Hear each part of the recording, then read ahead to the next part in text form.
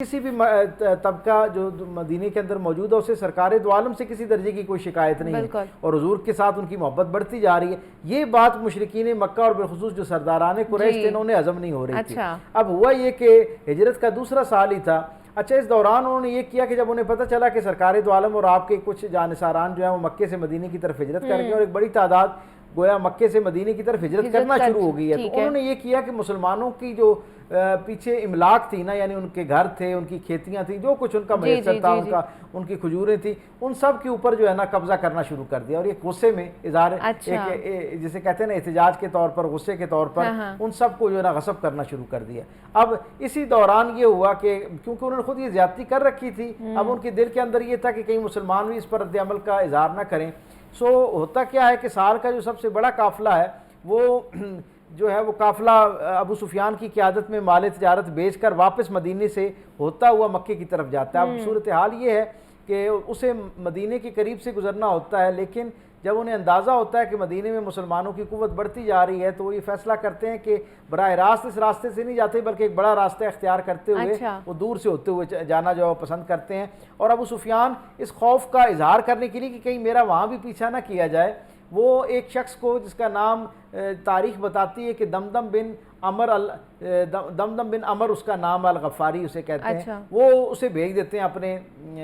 पैगंबर के तौर पर, अपने एक पैगाम पहुंचाने वाले के तौर पर। वो हरमे काबा के अंदर आता है और सरदारान कुरैश इधर उधर बैठे उसकी तरफ देखते हैं और पहचान लेते हैं कि ये उसी काफिले का फ़र्द था जो अबू सुफियान के साथ गया हुआ है। तो वो क्या करता है कि वो उतरते साथ ही अपने ऊँट जो है उसके कान और नाक काट देता है, उसकी कजावे काट देता है और फिर शोर करके कहने लगता है कि तुम्हारा काफिला जो है, तुम यहाँ मुतमईन बैठे हो और तुम्हें पता है कि तुम्हारा माल से भरपूर और नफ़े से भरपूर जो काफिला है वो वापस पलटते हुए उसे मदीने के पास से गुजरना है और मुसलमानों की तादाद का तुम्हें अंदाज़ा है कि वहाँ कितने वो जो है वो इकट्ठे हो गए और उन्होंने एक मिसाक मदीना के झैल में कितने लोगों को अपने साथ मिला लिया और उन सारे कबाइल की ताकत और कुव्वत भी मुसलमानों को हासिल हो गई है। तो तुम इधर मुतमईन बैठे हो और तुम्हें अंदाजा है कि वहाँ जंग का खतरा है। बस इतनी बात पहुँचती है, अबू जहल तो पहले ही इस बात के लिए तैयार था, वो वहाँ से अपने साथ मुशरिकीन को तैयार करता है और लगभग 1000 का काफिला लेकर बदर के मकाम पर जो है वो आ जाता है। बदर का मकाम वो मकाम है जो मदीना तैयबा से आज के एतबार से अगर हम देखें तो कोई 110 किलोमीटर के फासले पर एक कस्बा था और यहाँ पर एक कुआं बड़ा मशहूर था और उस कुएं के मालिक का नाम बदर था, इसलिए उस कुएं को भी बदर कहते थे और उस कस्बे का नाम जो है वो बदर पड़ गया। सो सरकार दो आलम सल्लल्लाहु अलैहि वसल्लम अपने चंद जानिसारान के साथ जो है ऐलान करते हैं कि अल्लाह के रस्ते में अपना जो है वो इशार पेश करने का वक्त आ गया, इसलिए मदीने में बजाय इसके कि कुछ तो खून हो हम बाहर जाके आगे जाके उनका जो रास्ता है उसको रोकें। तो सरकार दो आलम सल्लल्लाहु अलैहि वसल्लम बदर की तरफ चलने का ऐलान करते हैं और अब आप ये देखें कि एक नातवां सा काफिला लगभग 313 अफराद पर मुश्तमिल जो है वो सरकार दो आलम सल्लल्लाहु अलैहि वसल्लम की मैयत में रवाना होना चाहता है। और देखें इसार और कुर्बानी, ज़ाहिरी तौर पर वसाइल का आलम यह है कि 313 लोगों के पास टोटल 70 घोड़े हैं और टोटल 2 घोड़े हैं और चंद गिनी चुनी तलवारें हैं। अब इसके साथ जो है वो असहाब ने जो है इतने बड़े लश्कर का, जो उस पूरे जजीरा नुमा अरब का एक मुतमव्वल तरीन इलाका है, वहाँ के रहने वाले लोगों का एक लश्कर है जो फ़न हर्ब से भी की महारत भी रखते हैं, यानी जंग के जो हथियार और औजार हैं वो भी उनके यहाँ बेहतरीन मौजूद हैं। जो उस ज़माने के वसाइल थे गोया वो सारे उनके पास हैं और वो एक इश्ताल में गुस्से से भरे हुए जो है वो मुसलमानों को हमेशा के लिए ख़त्म करने के लिए नौज़ुबिल्लाह मिन ज़ालिक आ रहे हैं। अब इस आलम के अंदर मुसलमानों के जज्बे का आलम यह है कि आम लोग तो आम लोग, यानी आप तसव्वुर कीजिए कि तारीख में कोई शायद दूसरा ऐसा मंजरनामा नज़र नहीं आता कि जिसमें खातून आती है और अल्लाह के रसूल सल्लल्लाहु अलैहि वसल्लम को कहती है कि आपने यानी जिहाद के लिए ऐलान फरमाया है और आपको लोग चाहिए और आपने ख़वातीन को एक दर्जे पे रोक दिया है कि ख़वातीन उतनी बड़ी तादाद में जो साथ ना जाएं और मेरे पास तो कोई ना बेटा है, ना बाप है, ना शौहर है, बस न वालिद है, बस मेरे पास ना भाई है, मेरे पास सिर्फ एक छोटा बच्चा है जिसकी उम्र 6 बरस के करीब, 6 माह के करीब है, 6 माह का बच्चा है और मेरे ये इकलौती मता है, इकलौती औलाद भी है और इकलौता सरमाया भी है। मैं खुद अगर नहीं जा सकती तो मैं आपसे ये दरख्वास्त करूंगी कि आप मेरे इस बच्चे को अपने साथ जिहाद पर ले जाएं। रसूल अल्लाह सल्लल्लाहु अलैहि वसल्लम की चश्माने मुकद्दस में आंसू आ गए और हुजूर ने पूछा कि ये बच्चा जिहाद में 6 बरस का बच्चा है, ना ये तीर खा सकता है, ना तलवार मार सकता है, ये 6 माह का बच्चा जो है ये इस शीर खारगी की उम्र के अंदर किस तरह जो है वो मुकाबला करेगा और जंग जैसी जो मुशक्क़त वाली जो एक मामला है उसका कैसे हिस्सा बन सकेगा। तो खातून रोना शुरू कर देती है और कहती है अल्लाह के महबूब मैं जानती हूँ ना ये हमला कर सकता है ना हमला रोक सकता है, लेकिन मैं ये चाहती हूँ कि आप इसको अपने साथ रखें। ये तलवार उठा के हमला कर नहीं सकता, लेकिन 6 माह की उम्र में ये आने वाला आपकी तरफ जो तीर है उसे अपने जिस्म पर रोक तो सकता है ना। तो आप इसको अपनी ढाल के तौर पर इस्तेमाल कीजिएगा। जब इसको आपके दिफा में तीर लगेगा और इसकी जान अल्लाह के यहाँ पेश होगी तो कल मैं क़यामत के दिन परवरदिगार आलम के सामने एक शहीद की माँ के तौर पर अपने आप को पेश करूँगी और कहूँगी परवरदिगार आलम मेरे पास ज़ाहिरी असबाब मौजूद नहीं थे, लेकिन तेरे महबूब के दिफा के लिए और इस तेरे पैगाम की तरवीज और अशात के लिए मेरी कुल मताई जो 6 माह के एक बच्चा था ये मैंने तेरे महबूब रसूल के सुपुर्द कर दिया। यानी इस तरह का जज्बा मौजूद था। फिर वहाँ का मंजरनामा तो ये है कि 2 भाई हैं और एक उम्र में ज़रा बड़ा है और एक छोटा है। तो सरकार दो आलम सल्लल्लाहु अलैहि वसल्लम जो है वो ख़ास उम्र से जो छोटे बच्चे थे उनको हुजूर ने मना फरमा दिया कि वो जंग में ना हिस्सा लें। बड़ा भाई जो है उसकी सिलेक्शन होगी और छोटे की नहीं हुई। तो वो सरकार दो आलम सल्लल्लाहु अलैहि वसल्लम की तरफ बढ़ता है और आपके कदमों को चूमते हुए कहता है अल्लाह के महबूब रसूल जंग का जो मैदान है ना उसमें उम्र से या जो है ना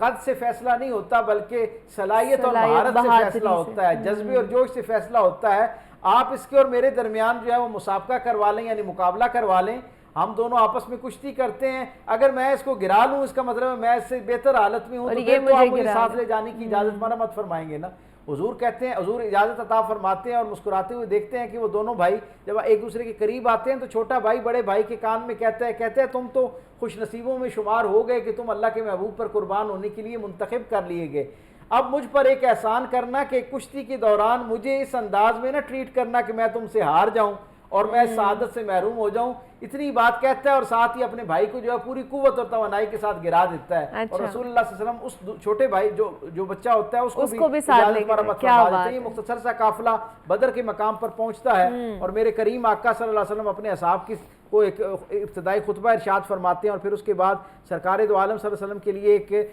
खैमा जो है वो लगा दिया जाता है और हुजूर उसके अंदर चले जाते हैं। और फैसला ये होता है कि इस खैमे की जो हिफाजत है उसके लिए कौन मामूर होगा। तो जनाब अबू बकर सिद्दीक रजी अल्लाह ताला अन्हु आगे बढ़ते हैं और वो कहते हैं मैंने अल्लाह के रसूल का तुम सब में सबसे ज़्यादा कुर्ब पाया है। अच्छा, सबसे ज़्यादा वक्त हुजूर के साथ गुजारा है, इसलिए हुजूर की हिफाजत का सबसे ज़्यादा हक मुझ पर आता है। सो मैं जो हिफाजत के लिए खड़ा रहूँगा, बाकी सारा काफिला जो आराम कर जाए। हुजूर ने 3 हिस्सों में अपने काफिले को तकसीम फरमाया। खुद आप उस खैमे के अंदर चले गए और परवरदिगार आलम के सामने अपनी जबीन न्याज उसकी बारगाह में रखी और कहा परवरदिगार मुझ तक आज की सारी मेहनत, आज तक की जितनी मेहनत थी ना उसका हासिल ये 313 लोग हैं। मैं ये तेरी बारगाह में पेश कर रहा हूँ मालिकुल मुल्क, मेरा जो दुश्मन है तू जानता है कि कितना ताकतवर है और कितना बावसाइल है और हमारी दुश्मनी में किस दर्जा चिराग पा है। परवरदिगार अगर आज ये मुख्तसर सा काफिला यहाँ पर शिकस्त खा गया, इसको नुकसान हो गया, ये वापस पलट गया या ये दुनिया से ख़त्म हो गए तो क़यामत तक के लिए तेरी हकीकी तौहीद के साथ तुझे जानने वाले, तुझे मानने वालों का गोया खात्मा हो जाएगा। परवरदिगार अपनी ख़ास जनाब से इस अपने मुखलिस जो काफ़िला है इसकी मदद और नुसरत फरमा। तो परवरदिगार आलम ने हुजूर के कल्बे अनवर के ऊपर जो है वो सुकूनत को नाजिल फरमाया, यानी सुकून को नाजिल फरमाया। और फिर न सिर्फ ये कि सरकार दो आलम सल्लल्लाहु अलैहि वसल्लम ने बल्कि असहाब रसूल ने भी फरिश्ते जो थे उनको देखा और फिर असहाब ने खुद इसको रिवायत किया कि बदर में एक ऐसा मंजर हमारे सामने आया कि हम आगे बढ़ते थे, अभी हम चंद कदम पर पहुंचते थे और हमसे पहले कोई सफ़ेद लिबास में मलबूस बहुत कदो कामत का कोई हुलिया रखने वाला हमसे पहले दुश्मन की गर्दन जो है उसको उड़ा दिया करता। तो यानी इस तरह करके परवरदिगार आलम ने वो नुसरत दी और ये नुसरत जंग एक दिन रही, लेकिन ये नुसरत 3 दिन तक हिफाजत के फरिश्ते सरकार दो आलम सल्लल्लाहु अलैहि वसल्लम के गिरदो पेश में और आपके काफिले के साथ रहे। ये जो इंतहाई मुख्तसर सा काफिला था, यारो मददगार का काफिला था, इसका आगाज़ जब हुआ जंग का तो जो मुशरिकीन थे उन्होंने बारिश कर दी तीरों की। फिर जब मुबाजरत शुरू हुई उधर से और इधर से तो उन्होंने कुरैश ने सरकार दो आलम को ललकारा और कहा कि अपने जो जंग लड़ने वाले लोग हैं उनको मैदान में उतारो। तो हुजूर ने अंसारी साहबी जो थे उनको इजाज़त दी कि वो जंग में उतरे। तो जैसे ही वो आगे बढ़ने लगे ना तो मुशरिकीन मक्का ने कहा कि ये नरम मिट्टी में से सब्ज़ा उगाने वाले लोग, सब्जियां और फल उगाने वाले लोग जो हैं ये नरम खू लोग हैं, हमारे मुकाबले पर हमारी शान के लायक लोग जो हैं, जो हमारे कैलिबर के लोग हैं उनको हमारे सामने निकालो। तो फिर मेरे करीम आका सल्लल्लाहु अलैहि वसल्लम ने अपने घराने से जनाब अमीर हमज़ा और जनाब सरकार दो आलम सल्लल्लाहु अलैहि वसल्लम के परवरदा जनाब अली करमुल्लाह वजहुल करीम और हज़रत उबैदा जो है, इन तीनों को मैदान में उतारा। उस तरफ से शैबा, उतबा और वलीद जो है वो तीनों मैदान में उतरे। शैबा को जनाब अमीर हमजा ने जो है वो वासिल बा जहन्नुम किया, वलीद को जनाब अली करमुल्लाह वजहुल करीम ने कर दिया। उतबा जो था उसने हजरत उबैदा जो थे उनके ऊपर हमला किया और उनका एक बाजू काट दिया। जनाब अली करमुल्लाह वजहुल करीम उस अपना जो दुश्मन था उसको मारने के बाद, वलीद को मारने के बाद फौरन उतबा की तरफ आए और फिर उसका भी एक आन में जो है वो उसे जहन्नुम वासिल कर दिया। इसके बाद कुरैश मक्का जो थे वो गुस्से में आ गए और एकदम जंग जो है वो उसका मैदान गर्म हो गया और जंग शुरू हो गई। लेकिन परवरदिगार आलम ने जिस तरह नुसरत फरमाई, नतीजा ये निकला कि अरबों की इस जंग के अंदर वो मुशरिकीन मक्का के 70 सरदार जो हैं, कम व बेश 70 सरदार जो हैं वासिल बा जहन्नुम हुए और 70 कैद कर लिए गए, जबकि मुसलमानों में से 14 शहीद जो है उन्होंने जामे शहादत नोश किया और अल्लाह की बारगाह में अपनी वो जो दीन की नुसरत के लिए बेहतरीन जान का नजराना था वो पेश किया।